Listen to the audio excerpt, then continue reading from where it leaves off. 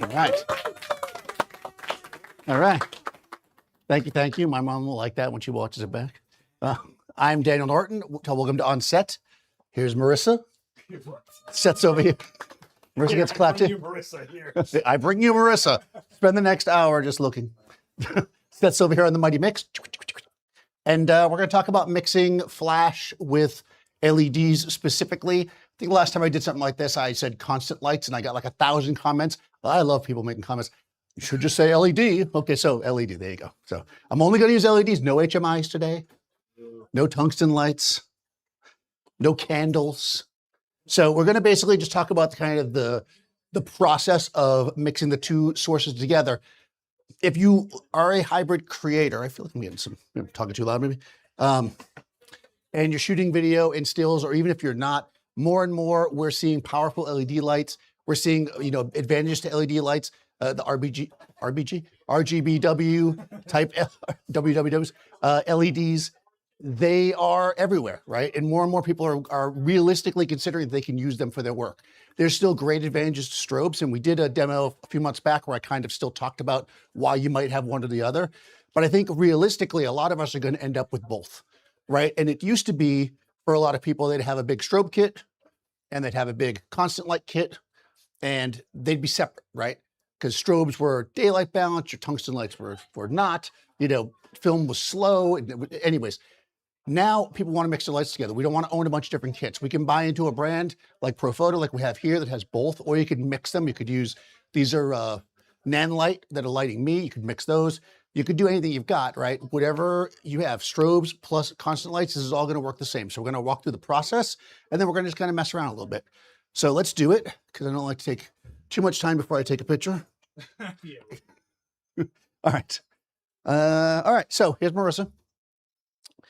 And let's start with the flash. Why not? That's usually how we start. So let's start that way.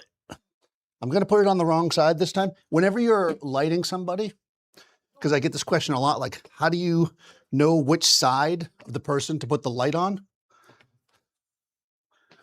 You put the light on the opposite side of the audience, because the audience doesn't like it when it's blocking the model. So there you go. That's why this is the wrong side. All right, so again, this is a Profoto strobe, B30. They write it on the side, so I know. I've got it in group A. And we're just going to start off with the really basic. It's in a beauty dish, a white beauty dish at that. Real basic shot, lit from the wrong side, as I said. Let me turn my camera on. All right, let me make sure everything's working. Yeah. Why would I have done that before we started? That would be weird. Well, you were busy eating a cookie. I was eating a cookie. No camera connected. Well, that's okay. We don't need cameras today. Oh, no, I was looking at it. There we go. All right. Probably because I had some stuff on my card, which hopefully doesn't get downloaded. Let's take the card out. I've got Capture One and my camera set up to basically take everything off the card. That way, if you're shooting and you can't be tethered, you can kind of walk away, shoot, come back, plug in, it'll put it there. We don't want to do that right now, so I'm going to take the card out. Yeah, it's actually called retether. So if you are tethered, disconnect and then connect again, it'll pull and fill in the gap in the tether folder itself, which is pretty convenient, unless you have stuff on a card like him that he doesn't want to have on there for this demo. Right. Yeah, we don't want I mean, it's not anything offensive or anything. It's just, yeah, pictures of my cat. All right, so basically we're going to start off like we always do. When we're using flash, the main reason to use flash is for control, right? It's not because there's not enough light, right? Especially with cameras with very good high ISO, we can shoot in all kinds of light these days, right? We're not struggling with 100 ISO film where it's like too dark. We're adding flash for control. What do I want to control? I want to remove any light in the space so that I'm controlling what's there, right? So I happen to be in this beautiful set with the, again, with these NAND lights. You might be at a club or at a wedding or at somebody's house, and you don't want all the random light to be affecting your shot, in this case. So, especially when you're trying to teach how to light. So what we want to do is we want to remove all this light, and the simplest way to do that is with the camera settings, right? So, I would just ask Adorama to turn all the lights off in here, but they don't like when I do that. So we'll do it with ourselves, right? We can turn the lights off ourselves with the camera settings. I'm going to set my camera at the fastest shutter speed in which it will sync with the flash, right? We're not talking about high-speed sync here. That's something different. Maybe another class at some point if people want to see it. I always promise that. Maybe someday I'll do it. I'm going to set my ISO at the lowest within the normal range, partially because I'm going to get a better file that way, cleaner, right? And go ahead in the comments, tell me it doesn't matter, but also because I'm trying to remove the light from the space. Why do I want to go higher ISO and pick up more of the light, right? So, and then my f-stop is going to basically be whatever it needs to be to get it black, basically to get the frame black. So in here, I mean, I shoot here all the time, 7.1. What's going on with my autofocus? Yeah. Oh. I think I changed my autofocus at some point in my life. Yeah, it's on like point autofocus, not eyeball. I like it to leave it on. No, it's on manual focus. It's on manual focus. There you go, because I was doing macro, I think. There we go. Oh, no, you're not. No, you're not. No, you're not. No, you're not. You have it on pin autofocus. I have it on pin autofocus manual because I was doing something weird. Who knows what I was doing? Who was here last time? Not me. I wasn't here. All right. Let it autofocus on her eyeballs. I spent too much time trying to focus on people's eyes. Let the camera do it now, right? So without using a flash, at these settings, 7.1 for my aperture, I think I said that. If I didn't, now I did. I should get a black frame. We'll take a shot just to see.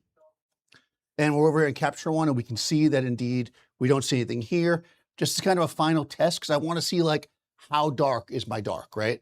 Because there is a point, right? Like I said, at f22, it would also be black, but do I want to use up that much power in my flash, especially when I'm using batteries? The answer there is no. I want to be about a couple stops under.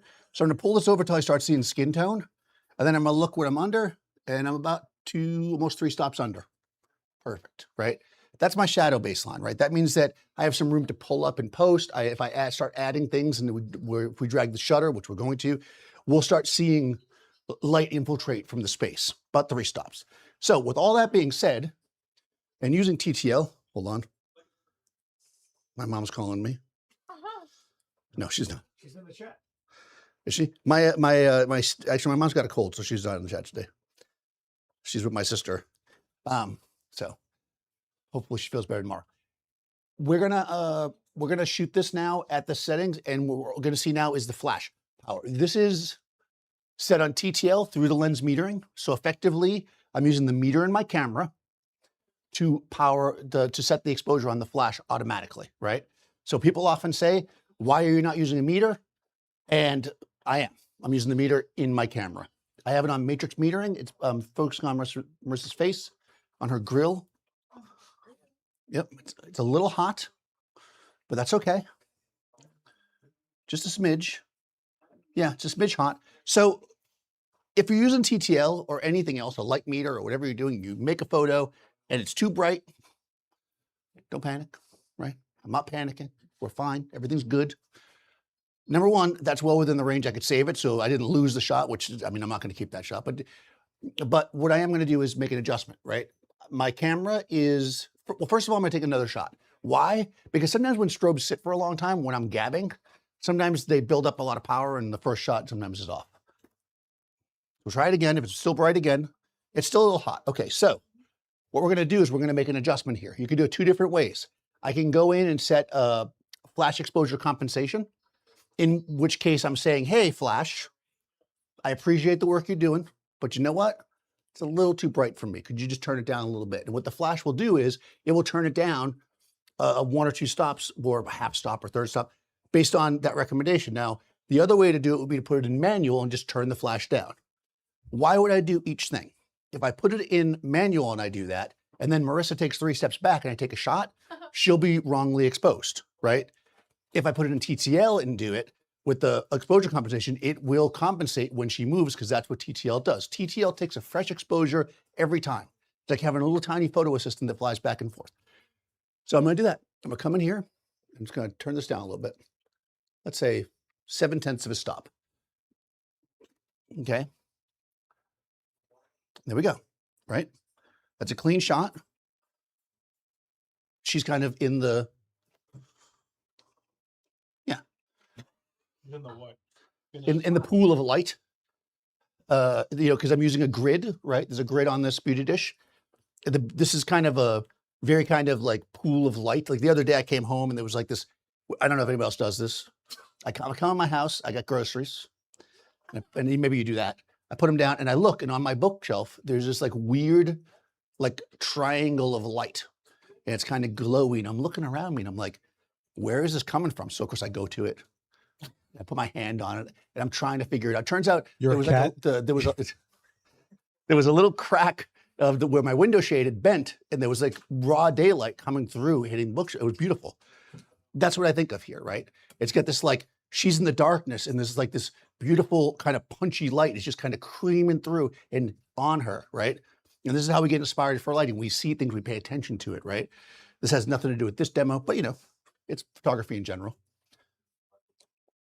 And that's her eyeball. Marissa has blue eyes.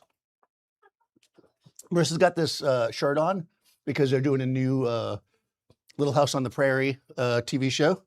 It's actually from the 70s. Yeah, the show was from the 70s. Wait,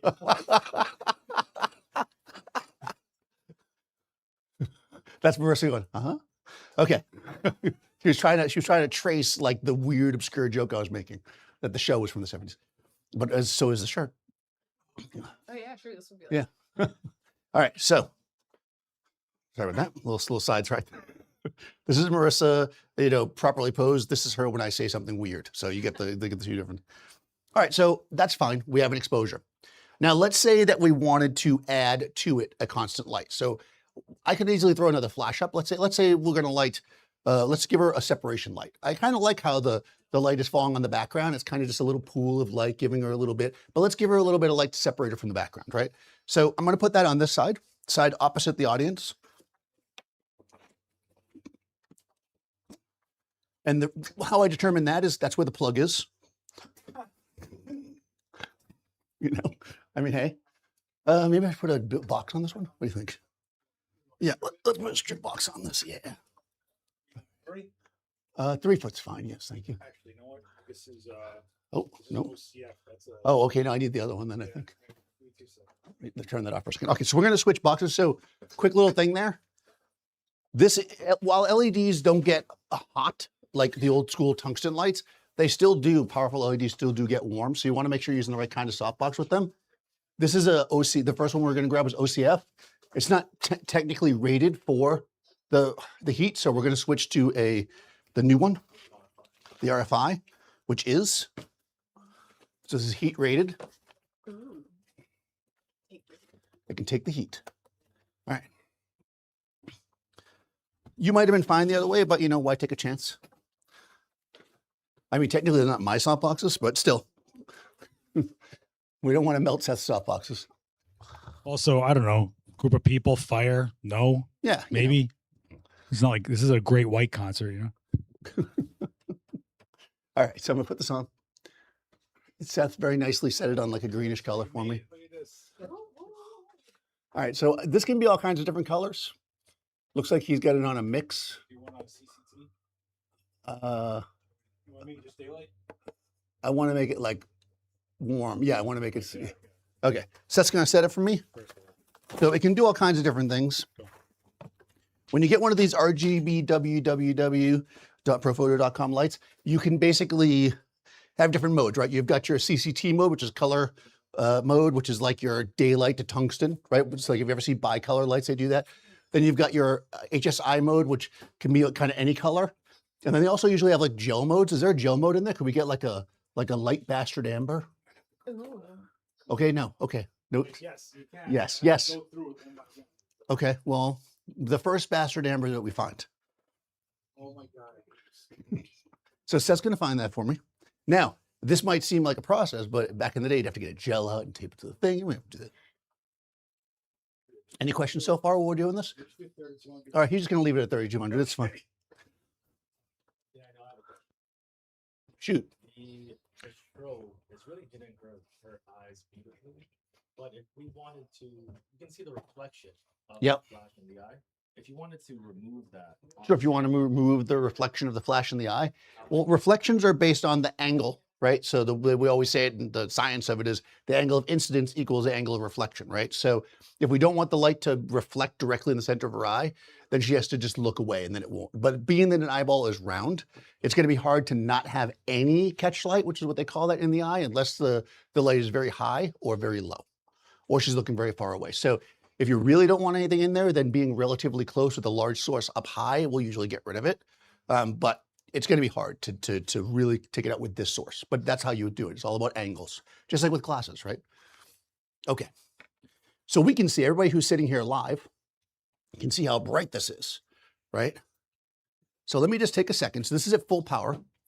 I'm gonna drop the flash power. I'm gonna drop the flash. I'm gonna leave my settings exactly the same way they are. And we're going to take a shot with just the LED light, right? Okay, it's not that bright, right? Because I'm at 200th of a second, f7.1, 100 ISO, right? Which for this LED light at this distance with the softbox on it and a grid, you know, it's not a very powerful exposure. It might be enough to give us what we want. So let's just shoot the two lights together and see what happens.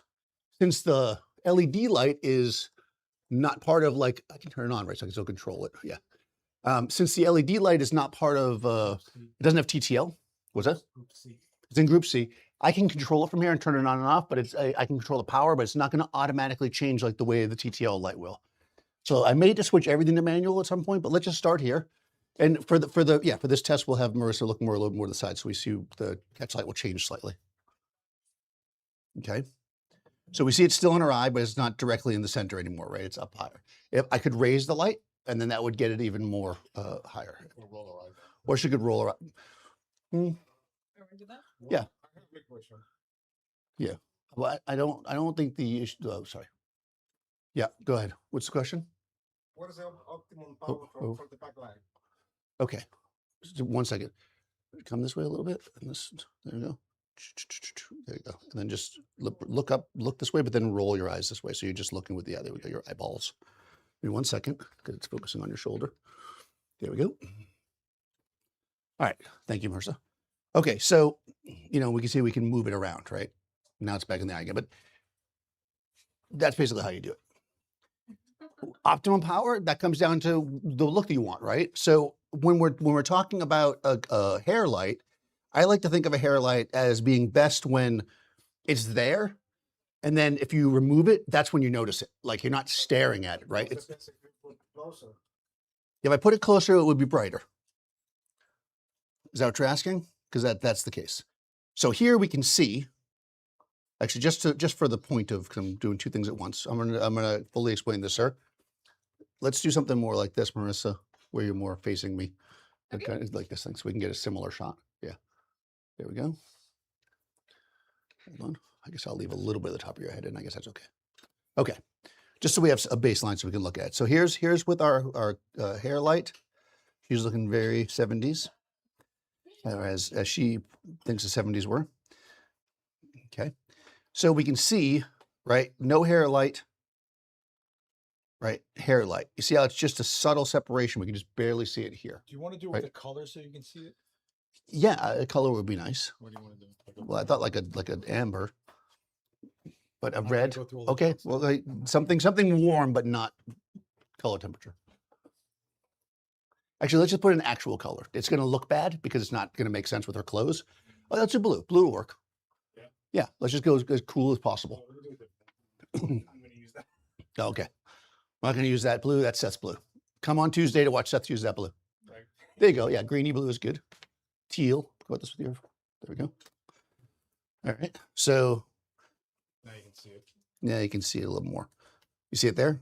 Looks like she's like, you know, radioactive a little bit. Don't worry, we're going to make it more prominent. I'm just kind of showing you where we're at power-wise. I think that's important. So optimally, that I don't notice at all. And honestly, when I take it away, I would also not notice it. Like, I think that's not enough, right? So what are our options? We could move it closer using the inverse square law, right? If you move a light source closer to the subject and don't change anything else, then it will be brighter, relatively speaking, because that's how light is, right? The closer it is to something, the brighter it is. It also falls off faster. So you'll have more dramatic shadow if there was any, right? So there's trade-offs moving it closer. Plus I'd have to change my frame because it's literally just at the edge of the frame. That we have other options, right? When we are using flash, right, we're mostly concerned with our aperture and our ISO, right? Our shutter speed is almost a non term, right? It doesn't do much, right? If you have your shutter speed really, really slow, which we're going to get to, that'll start to lose. If you have it too high, you might be out of sync. But if you keep it at the sync speed, it's not really doing much. Meaning that if I were to lower my shutter speed, I could make this light brighter because it's a constant light, which will be affected with shutter speed, and my flash power will remain the same. So I'm going to switch everything on manual so things aren't changing. And what we're going to do is I'm going to come in here and I'm going to turn this back up to where it was. And what we're going to do is I'm going to adjust the camera settings. Right now I'm at 200th of a second. And the simplest way to do this, honestly, and I'll show you here. You can probably, actually, I don't know if you'll be able to tell when I do this, but yeah. Oh, yeah, you can. Okay, so now you're looking through my camera. If I adjust my shutter speed, and you start to see that, right? So it's starting to come up. Now I am getting a little bit of light from here, obviously, too, because I'm in a space that's lit. So we have to consider that. But my flash will overpower that for sure. We've opened up about a stop and a half. But if you remember, my base shadow level where I was at before, we were just seeing skin tone, was at about 2.5 stops. So we haven't opened up enough to really start digging into our strobe and affecting it. So what we're going to do now, with the slower shutter speeds, we're going to take the same kind of shot.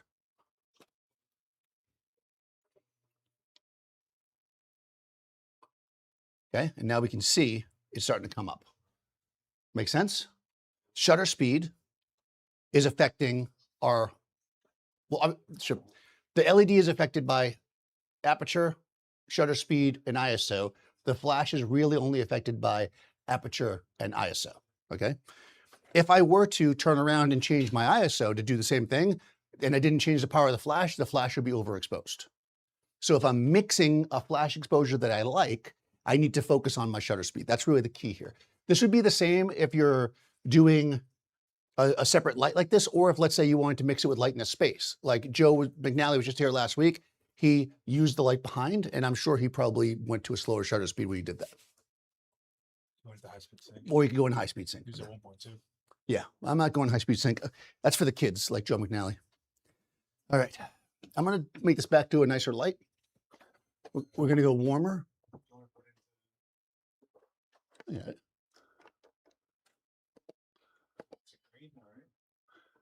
Yeah. I'm going to bring the green down. Yeah. This is red now, right? Okay. And then this other one over here is white. It's just white light, so I should be able to make it softer. Yeah, it's going pink. Perfect. Okay.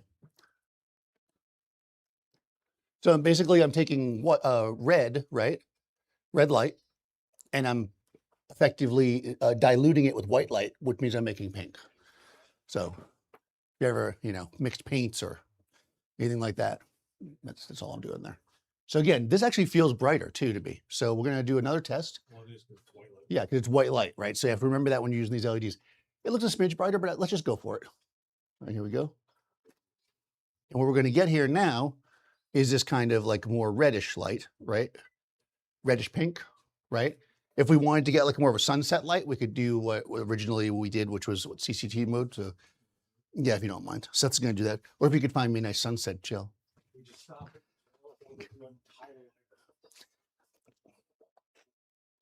Seth's going to go to CCT mode. So he's effectively making this a tungsten light. And this was a pretty common trick that we used to do back in the day. You'd use your tungsten light for something like this, and then it'd be warm, right? You want to create that like warm light coming through a window. It's not exactly perfect because it's a little more orange. Okay, so that's our light. Okay, this is pretty good, right? We got a little bit of light coming through the window. She's like back on the prairie. Back on the I don't know. I feel like it would be good in that shower. Yeah, I think so too. Don't you think Marcia would be good on Little House on the Prairie? All right. Did you audition for it or something? In the 70s? No, they're doing it again. No, they're doing a new one. again? Yes, it's a new one. That's what his whole joke was. No, about. but Yes. okay, you're watching. Yes. I'm ready. Yes, they watch Daniel Norton on YouTube. Actually, that's all they watch. They're right. Literally, if you are somebody looking for an acting role, come on this. Simple, right? Nice and easy. We can mix them together. Now, there's reasons, right? Here I used it for the separation light.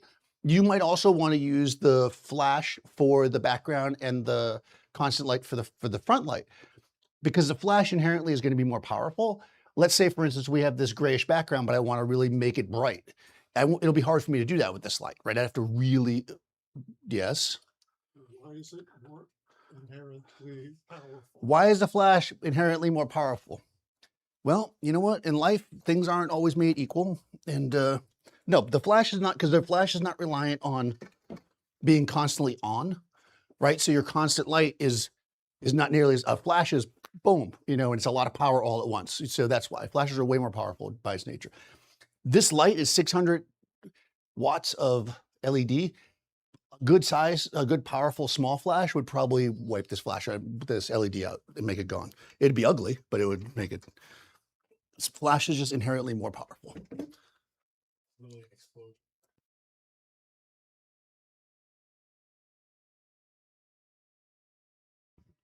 It's literally an explosion, Seth said, and he's right. Wasn't that like the bubble yum slogan?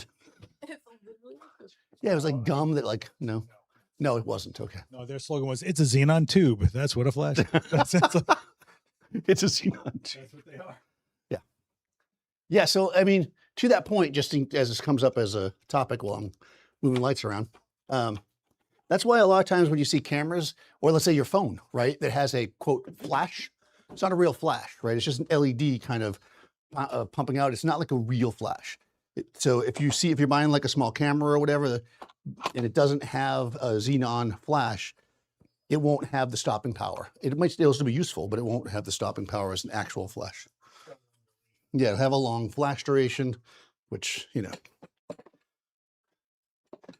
it won't stop the action, which is generally what you want flash to do. Flash is generally about stopping the action, because when this flash is firing, you're talking 20 thousandths of a second, 15 thousandths of a second, depending on the power, right? So you can really stop something, provided that you're getting rid of all the ambient light. Okay, questions? No? Thoughts, concerns? No? Okay.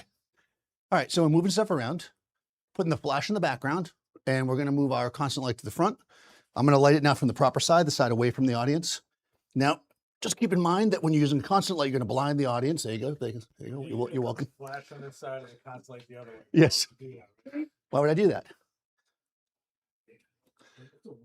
Now, nobody's ever used a strip light as a key light before, so you're just saying this is the first time.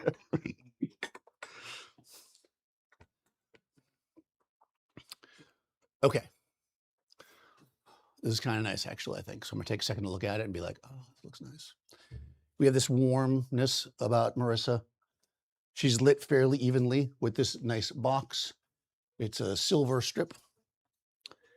And what I'm gonna do here, again, and I'll show you guys. I mean, I could get a light meter out, but I'm not going to. Unless you have one. But as I'm looking at this, I'll do it both ways. You got a question? Okay, shoot. Some tech support NYC in the chat. Wow, are you really tech support for Old New York? Nice. How do you how do you know when a colored LED is giving you a nice separation on the hair versus when it's starting to look like too much of the hair color spill? What? How do I know when the Giving a nice separation on the hair versus when it's starting to look like too much color spill. So I guess when is it looking like it's going all over the place rather than just on the hair? Right. Well, okay, that's a really good question. So when you're setting up a hair light, it's important to keep in mind that a lot of times you'll see people will set them up and they kind of aim the light directly at the side of somebody's head. And what will often happen, especially if you don't have a lot of hair like me, basically you'll get spill on the side of the face. So that's more of a positioning problem than a power problem. Your hair light, if given enough space, should be almost directly behind the person, but off to one side, so it scrapes forward. Because it's a separation light. The whole point of it is to create that shadow pattern forward. It's not really to light the hair in that traditional way. It's really to kind of scrape. So, right, if it's hitting the side of their face, try to go more behind them. It's more about a positioning thing than it is about power. Hopefully that's what you meant. Okay, so I'm gonna go to non-corded flash. Oh, sorry, no, I'm gonna go to ambient light. I'm gonna set my shutter speed that I'm currently at and my ISO that I'm currently at, which is, well, actually, no, I can do it this way. These meters are so fancy. I'm gonna set my aperture 7.1 and my ISO to 100, and then I'm just gonna put the meter under Marissa's chin, and I'm gonna meter towards the light, and I'm getting a 15th of a second. So according to the meter, at a 15th of a second, I'll have a correct exposure. So let's give it a shot.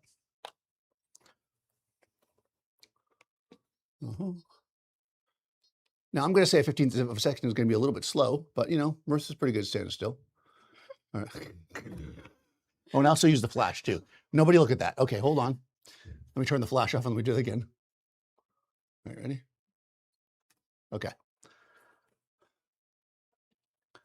You can use the medium of the camera, right? I could also use the meter of the camera, sure. That's what I was going to do. All right, so we can see here that it's got a little bit of blur to it. Maybe that's a vintage look, right? Maybe I'm into this. Maybe I'm into a little warm, right? Nothing doesn't. It's funny because her hair is sharp on her cheek line. Yeah. Yeah, that's because I think she was like emoting with her face, but not with her hair. Right. Marissa is such a good model that when she emotes, only her face emotes and not her hair at all. Her hair, she's exactly, if you have any hair campaigns that you don't want the hair to emote at all, that's. All right, so that's the shot. That's She didn't move that hair muscle at all. right. That hair muscle was locked. So we have an exposure, right? It looks fine. It looks a little bit warm. This is one of those things where it's a good example of what your eye sees isn't what the camera sees, right? So when I looked at this, I was like, oh, nice, beautiful, warm light on Marissa. When I look at this, I'm looking at, oh, that's way too warm, unless I'm going for that look, right? So we can control this, of course, if we want to change the color temperature. Like I can match it to the camera, which is at 5,000. Nope, that's the power. Rebalance. Am I doing what? Use some rebalance on the camera. No. He's actually using white balance on the camera. I'm not using white balance on the camera. My camera's white balance is set at 5,000. Okay, here we go. Oops, nobody saw that. Oh, sorry. Oh, no, you ruined it. Oh, no, okay. So don't look at those. Okay. See, that's why you turn the flash. Now I'm matching my my white balance to the camera. Again, it still has a little softness to it because obviously, so we can see the difference here. Now, of course, I'm shooting raw, right? I can always go back in and adjust it, but because I'm mixing two light sources together, I don't want to see it one way and then mess with it later, right? If you have two different light sources that are two different color temperatures, you don't want to rely on fixing the color temperature in post because it's going to affect both lights, right? So if I look at the background, I'm like, that's perfectly green. And let's say I'm using green. And then I have a warm light on her, then I end up cooling it off. That green's going to shift too. Does that make sense? How do you fix it? How do you fix it? You don't do that. You shoot it correctly in the camera in this case. But if I'm shooting all the same white balance, then I can fix it later. So just keep that in mind. One of the things that we used to do, so this is going back to a film thing, when you had a bunch of different kind of light sources, you would put gels on all the light sources to match them so they were all the same color. Then you would filter the camera to compensate, right? And that's basically what we're doing here. We're going to make sure that the camera's compensation, which I can do automatically with the white balance, 5,000, is going to match whatever I want, right? It's hot in here. All right. It is hot here. Not just the color temperature. So we had neutral. We can make it somewhere in the middle. But so let's just leave it neutral for now because, you know, I'm a neutral kind of guy. And we can mess around with this a little bit. I'm just going to leave this here for now. So we're going to consider that at 15th of a second, right? Okay, I'm going to do math. So pause for a second. We don't know how much of this exposure really, right, is this ambient light. And you can meter it, but the simplest way to find out, since I'm shooting digital and I'm literally right here, is I can turn this light off. You gotta do it as well. Yeah, okay. Then I can turn the flash off as well, which I just did, and I can take a shot. So that's how much of the light that's hitting her is the light in the space. Not too much, but it's definitely there, right? I'm not overcoming all of it like I did with the flash. But if I'm okay with that, I can do a little bit of math. Now, you don't have to actually do the math here. What you have to do is just count like a basic 1, 2, 3, right? We can count like that, right? Like 1, 2, 3. I think we could do that, right? So if I want to go faster on the shutter speed, I can click it up. 1, 2, 3. We're going to go 4. I think a 40th of a second, Marissa can hold. Okay. Then in order to compensate for that, I'm going to take my aperture and I'm going to open it up the same amount of clicks. 1, 2, 3, 4. So now I'm at a 40th of a second. I'm at f4.5. I'm the same exact exposure, right? So you don't have to actually do the math. It'll work, right? Adjust 1. It's a balance. If I open up my aperture, I can speed up my shutter speed. What's that? Are you going to balance the flash? With that new- I will change the flash in a second. Yes, sir. Okay, so that's good. That's a good call because I went to manual on the flash. It's going to be way off, right? Because again, the flash is affected by the shutter speed. Very good. Okay. Sorry, the flash is affected by the aperture rather. So now that we know this much is coming in from there, I'm not going to try to get rid of all of it because, I honestly don't care enough. No, seriously, no, I think it's fine. Sometimes we have to compromise, right? That's just the way life is. So this is the situation I'm in. This is what they've left me with here. There's No. just a little bit of truth to that, though. Yeah, exactly. And I could, and again, I am in a controlled situation. I could very easily ask Seth to just turn off the lights, but I feel like it's kind of better to leave it on because that's the situation you're going to be in. Seth's not going to be there when you're shooting. I'm sorry. Only I get Seth. Well, and everybody else. If you does. pay me enough, I'll do it. Yeah, if you pay Seth enough, he'll be there. All right, so I'm turning this light back on, but for some reason it didn't turn on. Oh, could I be at F? There we go. Okay.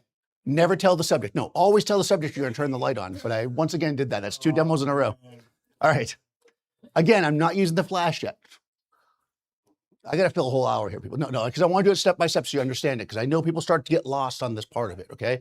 So remember, if we change the aperture or the shutter speed, we just do the other one in the opposite direction. We open up to a wider aperture. We can speed up the shutter speed. If we close down the aperture, we have to slow down the shutter speed. Okay, so without the strobe, okay. And she closed her eyes. Why'd she do that? I don't know why she would close her eyes. It's weird. Because you just blinded her. But if we look at this, right? Those look pretty good, right? And they are at the 2 different exposures, right? So it shows you that I wasn't lying about the math. So just so you see, like sometimes people are like, I don't understand how you do that. It's just a matter of going back and forth, okay? You don't have to actually count the stops, just count the clicks. It's good to know this, like when you get deeper into this, how to do the math, just in case you need to do it when you're not actually on a set. But when you're doing it, you can just, so that's pretty good. That matches. I feel good about myself now. I'm feeling like I got this. So now that we're there, let's add the flash, right? That's what you've been waiting for this whole time. You're like, hey, what's about the flash? So if I turn the flash on, I have 2 options. I can set it manually, right? Or I could use TTL. If I use TTL, it is going to expose the background, but I don't think I'm going to get what I want because TTL is looking for a neutral gray. I want to get it to be basically white if I can. So, but I'm going to shoot it anyways because, sometimes you have to trust the flash. So I'm going to shoot it. We'll see what happens. Okay, there you go. The flash is perfect. Whenever you say TTL is not going to work, it works. So it's a good idea to just kind of, you guys like no, so it's fine. This is good. It might even be a little hot. No, you're right. No, that's pretty good. Go Profoto. All right, you don't even need me anymore. The lights do all the work. I'm out. No, but there we go, right? So we have the flash. It's powerful, right? And the flash is set at, oh, you know why I did it perfectly? You know why. And I never put it back on TTL. I just had it set perfectly. Okay, that's 6.8, right? So the flash is at a 16th of a power or something like that, right? The flash is blowing out this white background, gray background. It's making it white, covering a large area where this is only a foot or so, a foot and a half away and is barely lighting it, right? So we can see why the flash is more powerful, right? Explosion. Does that make sense so far? Now, what if we wanted the background to be a color? What's that? You can meter the back of the head. I could meter the back of red. So this is a good trick. I actually learned this from Gavin Hoey, who's going to be here. When is Gavin coming? The dates are Wednesday Wednesday. the 22nd. And yeah. Wednesday, the 22nd. Gavin Hoey will actually be here. You guys probably watch Gavin live on the channel, right? He's actually physically going to be here. He is exactly like you imagine. From London. He's coming from London. That's right. He's even better than you. Yes, he's even better. Like you think there's no way Gavin could be that good, but he's that good and better. All right, so we're going to meet in the back of her head. So the reason why we do this is we want to make sure this number does not exceed what our camera set at, or else we will get blowback. I got F4. What's the camera set at? 4.5. So that's perfect. So if I was doing it manually, you would just do that. You don't want to meter the wall. You want to meter the back of the head. Thank you, Seth. Because it's bouncing, right? That's correct. Because effectively, when the light's bouncing off the wall becomes the light source, right? When you're metering her light on her, you don't go like this, right? You meter her, right? So that's what we're doing. We're metering the back of her head. Okay, it's white. I feel like we got that. Oh man, I'm on fire. We still had 19 minutes left. Want to make the background a color? Can we do a gel? Do we have a gel? I saw you doing some earlier. Did you put them away? I'll take any color you got. Hey, Excuse me. Seth is now going to give me a gel. So of course we can change the color of the front light, right? If we feel like it, to anything that we want. But we can also gel the backlight. We're using traditional gels. I'm going to mess with this while he's doing that. Are there any questions, thoughts, or concerns? Hey Dan, do you need anything? Nah, I'm good. Don't worry. I did 100% when he had the gels out, say that I did not need any. I will admit it. I tell you what, you know what's still red hair? Green. Nice emerald green. Isn't that neutralized, right? Okay, I'm gonna put a cosmetic gel on this. So cosmetic gels are basically they're gels, right? So a gel, this is start from scratch. This is a gel. There are many like it. This one is green. Basically, you put this in front of the light to change the color, right? Or to change the quality of the light. This one is green, so when I put this in front of the light is going to become magenta. Exactly. No, it's going to be green, right? So, you know, it's going to be green, right? If you're trying to figure it out really quickly, you can go like that, you know. Now, we're going to put this on the light and tape, thank you. And we're just going to drape it across because, you know, that's how I roll. There is actually a little book somewhere that tells you how many stops of light each gel eats. So if you want to figure all that out, and you're like changing tungsten bulbs and doing that kind of stuff, but we're using flash and I'm not going to worry about it. I think I'm just going to take the shot and then we're just going to adjust, right? It's going to be at least 2 stops. So I'll add 2 stops of light. Actually, that little book he's talking about is awesome. It's Yeah. a swatch of every gel that exists, and it's like under $10. So ask somebody in the store about it. Yeah, you want that. Is this Okay. Yeah. I'm just going to go up. I don't have it. So I'm just going to go up 2 stops and we're just going to take a shot. Oh, Wow. Wow. wow.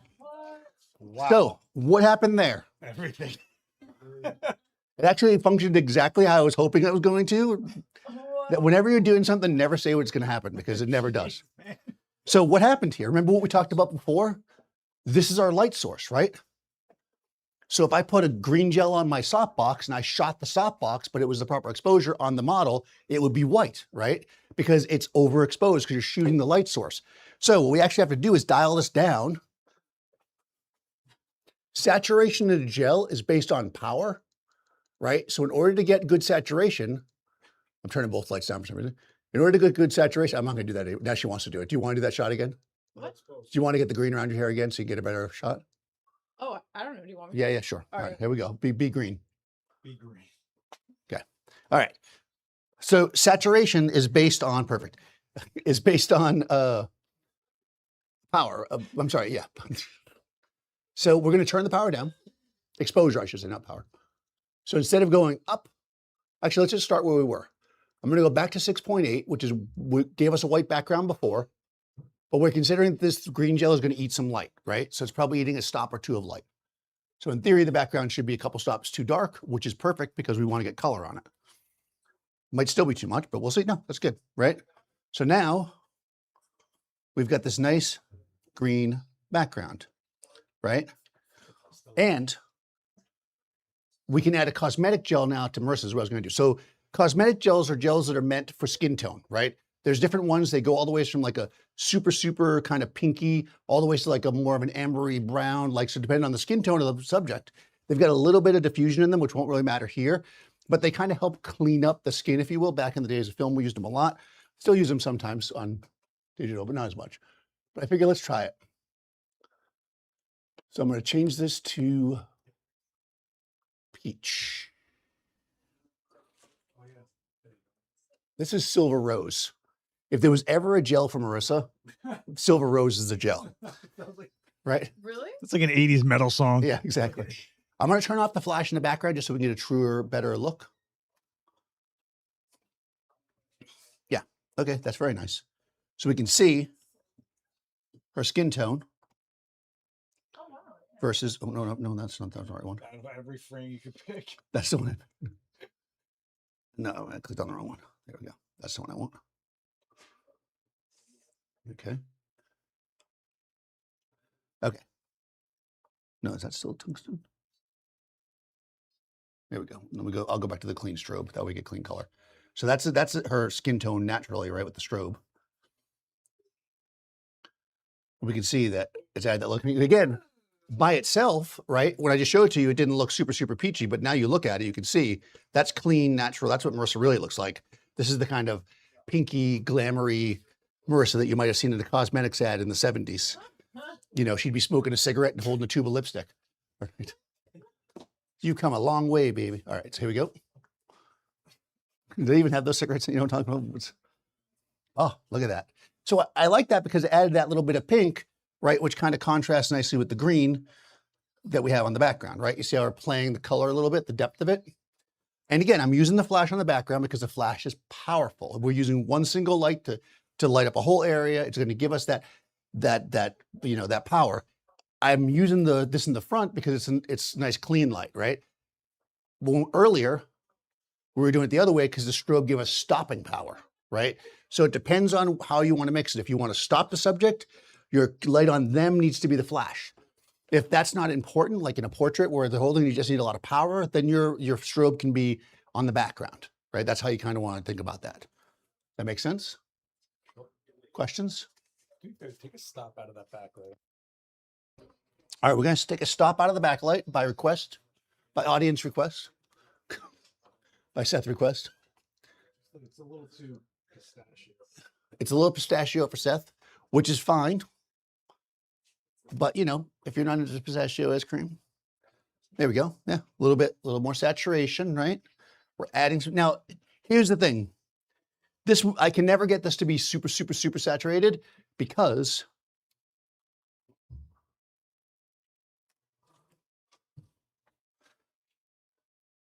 what do we see here? What do you see there on the background?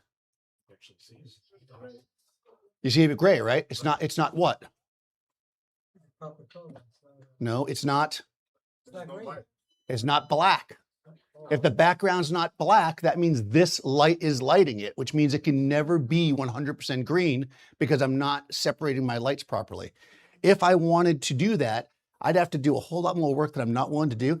But basically, I'd have to get this light so it doesn't touch the background. Maybe use the beauty dish, maybe change my angle, maybe pull her further away. But right now, I can never get this to be absolutely the cleanest green because it's always going to have this white light in it, right? Or in this case, rose star or whatever, so silver rose. Does that make sense? Keep this in mind because gels, and this will be the same thing with your LED. If the LED was the color light in the background, it'd be the same situation. If your strobe's hitting that background, you're not going to get the saturation you want. People always come in and tell me they're not getting the saturation. That's why separation is super important, keeping things in zones, right? But it's enough, you know, for this. It works.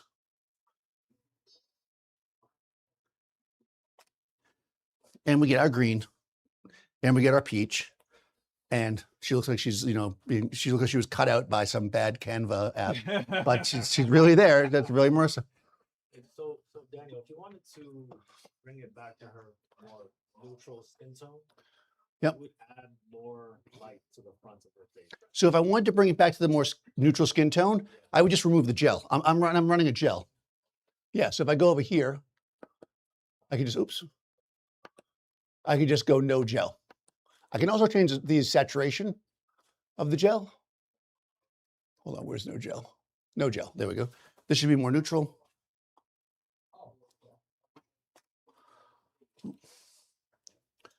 Yeah, now she's more neutral. And it's funny too, because you can actually, she's moving a little bit, so she's a little blurry, but you can actually see that her eyes are actually, look like they're actually even more blue here, I think. That's because the peach might have been eating it a little bit. Yeah, they just feel like they're a little punchier. Maybe it's the contrast of the skin versus the eyes. The eyes look the same, but The thing you have to also think about is he's not just using the light color. The light's going through a softbox, which also influences the color of that light, yeah, of right? course. So you have to know about what your modifiers are doing on top of what the light's doing. Exactly. So there's a lot of softboxes out there that will warm up your light a little bit. So everything, it gets put on top of everything you're doing with the light. And they do that because like, oh, you want skin to look healthy. Look, it's warm. But what if you want it super neutral, right? Exactly. And by the way, when you have a lot of these devices like this Profoto one, it does actually tell you what the color code is for this gel. So if you wanted to add it to your strobe, you could get the same gel. So like it tells me what the Lee gel, I think it's Lee, is here is 186. So if you want silver rose, that's what it is. Also, the other cool thing you can do here is we can set our base. So if I'm mixing this, let's say my camera set at tungsten, right? Or because I'm using other lights or whatever, I can set this to also work off of that. So let's just see what that looks like. I'm gonna use it more for an effect. So this is gonna warm this up, right? Because I'm now adding that warm light. So let's see how terrible it looks or how amazing. Yeah, now it's really, this is 100% 80s gene ad. No, this is nuclear, like infrared film. Yeah. This is like, So now we have that like cosmetic gel, plus it's overly warmed up, you know, and there she is against a green background for some unknown reason. But we can certainly make the green background lighter or darker. Let's tone that green. Let's see if we can get as much saturation as we can out of the green background. So I'm going to drop it down 2 more stops. Now let's just see what we get. Like I said, we're never going to get, hold. We're never going to get absolute saturation. Yeah, see, now we're getting white light infiltrating it. You see the difference there? So we're staying, now we're almost muddy. But it feels less poppy though. So if you want that more natural feel, this feels more like the light from her is light in the background, which it is. but if you wanted a green background, it's not just a green gel. If you had green paper with green gel, Well, yes. then you have real green. 100%, yeah. People kind of think they just buy the color background and like they have the color background. Yeah. But really, if you want it, you gel it too. And that's true. And a lot of time in these demos, because we are sitting here with the gray background or a white background, we will show that technique because it's good to use in a pinch. But if you are actually shooting to a color, just get that color background if you can and light it with the gel. But that's how you get the real nice saturation. Okay, other thoughts, questions, concerns? Yes. There's a shot that's popular right now concerning having the, if I should. You're going to come up here and show me. Yeah. All right. Well, we have somebody from the audience that's going to take over the presentation.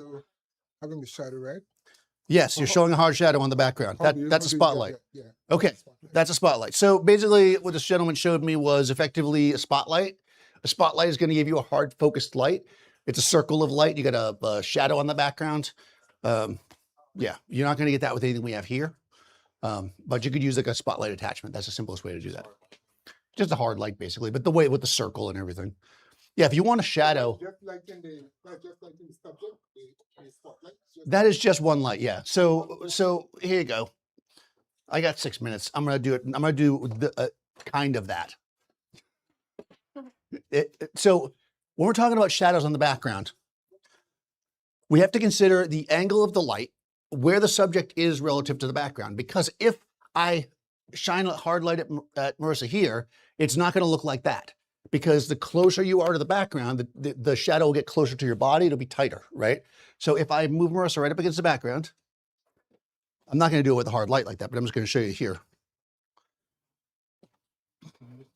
You know what?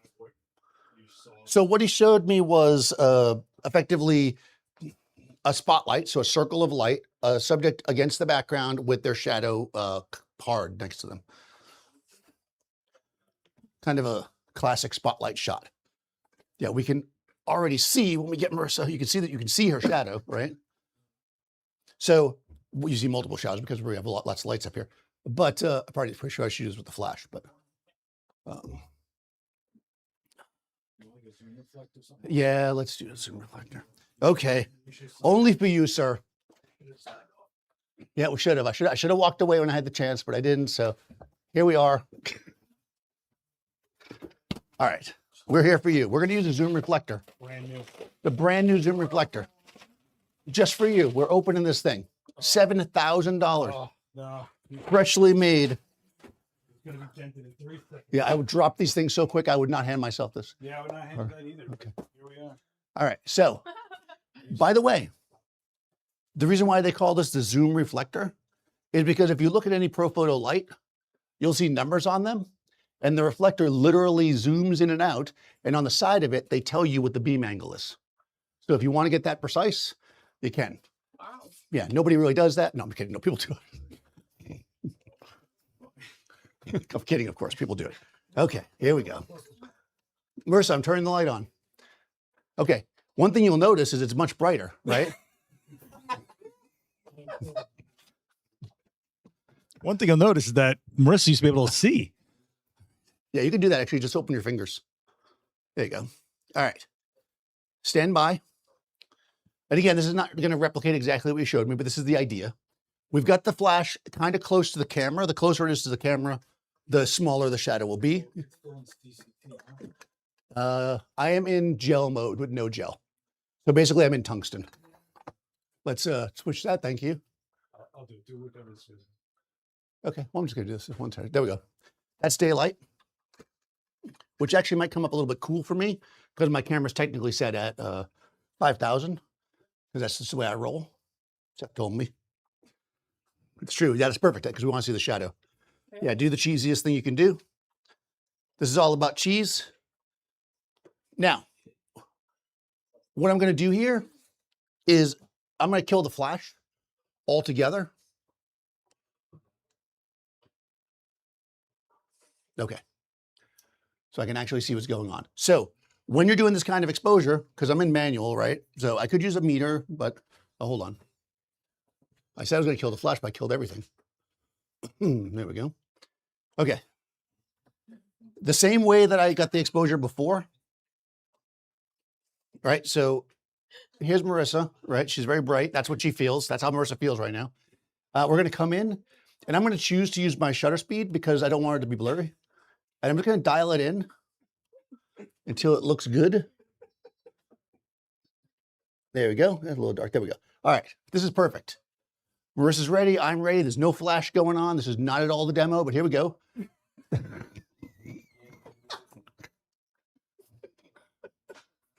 This is where we end up. Okay. Not exactly what you showed me close, right? You got the hard light on the subject. Looks pretty. No, it's fine. That's basically it though, right? That's how you do it. You can manipulate the body to get the shadow however you like. A true spotlight will do it tighter like you showed, but that's basically how you do it. Hard light source, shining on the subject. Yeah, do something like more. More big. Yeah. Or I can do the Willem Dafoe. Wait, that's so funny. Oh, you could want to flip. Yep. Willem Dafoe. Oh, that's William Dafoe. All right, hold on. I'm going off the tripod.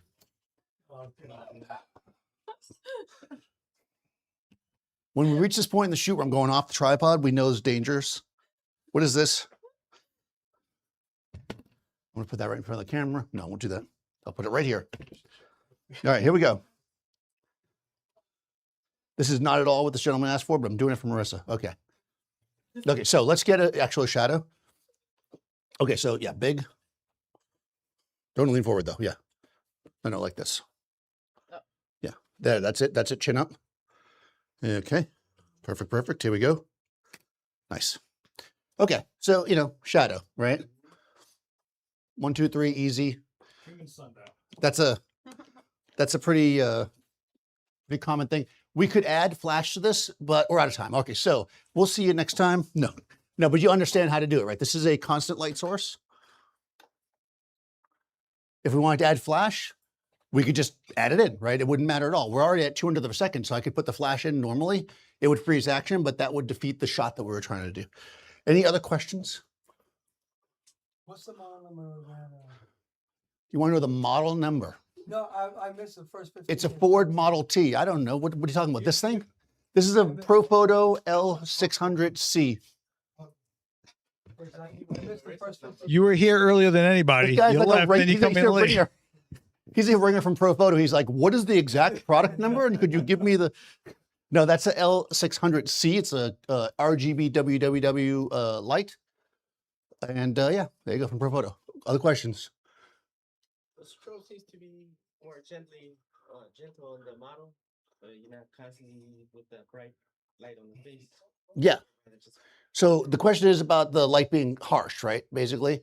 And one thing that that is a concern when you're using LEDs or any kind of constant light source is that it is bright, right? So that is an advantage of flash generally, because flashes have a modeling light, which is not so bright, and then flashes and gives you more power. This particular light, though, has the ability to kind of, it's like a flash mode. Yes, I am air quoting it. It's not like a true flash. It's not using a flash tube, but what it does is the power feels lower, and then when you flash, it goes to full power. So it allows to make it easier on the eyes. But that is certainly a concern, yes. It's also why people creep up the ISO a little bit. So he was at 100, which is great. But if you had someone there for longer than 15 minutes, you might want to go higher than that so you can lower the power of the light a little bit. They start to melt. But like I said, I can just quickly show you, actually. Let me just show you the flash mode thing. Profoto is going to give me money if I do this. Profoto, you watching? But essentially, in the end, flash gives you more control over your environment and the situation itself. Yeah. Okay, I just want to go into flash mode. Okay, we're going to go into flash mode. I can find it wireless. Okay, Profoto Air. Air flash on. Okay, so we see how much less powerful it looks? I'm still at 10, right? So if I'm further away. I'm in a different spot now, but if we fire it, got it flashed? Oh, the real flash went off. Forget about that. Oh, no, it didn't. Did it? Did the real flash go off? No, it didn't. Okay, no, it feels like a flash. Hey. All right. Yeah, there you go. Excuse me. All right, here we go. We'll cut that other weird part where I just messed up in the edit. Okay, so Marissa's there. It's going to flash. It flashed. Now, again, it's not a true flash because it doesn't have a tube, so it's not going to have the stopping power of a flash. The flash duration is not going to be as short, but you see how much less bright this feels until I shoot. And plus, if you want to do that, like if you, let's say you're doing BTS, it looks cooler. You're just like, yeah, I'm over here shooting a model, you know, never look at the subject. You just kind of go like this. It's how fashion people do it. All right, that's how we do it. Anything else? Yeah, it came out good, right? It's better when I don't look through the camera. It's probably not in focus, but that's okay. Nobody wants anything to be in focus these days. Out of focus is the new in focus. Okay, I will be back next Thursday. Seth will be here on Tuesday. He's going to say a whole bunch of other things, but thank you so much, Marissa.Roper. Seth is last X witness. The X is silent. I am Daniel Norton. Follow the channel, do all the stuff.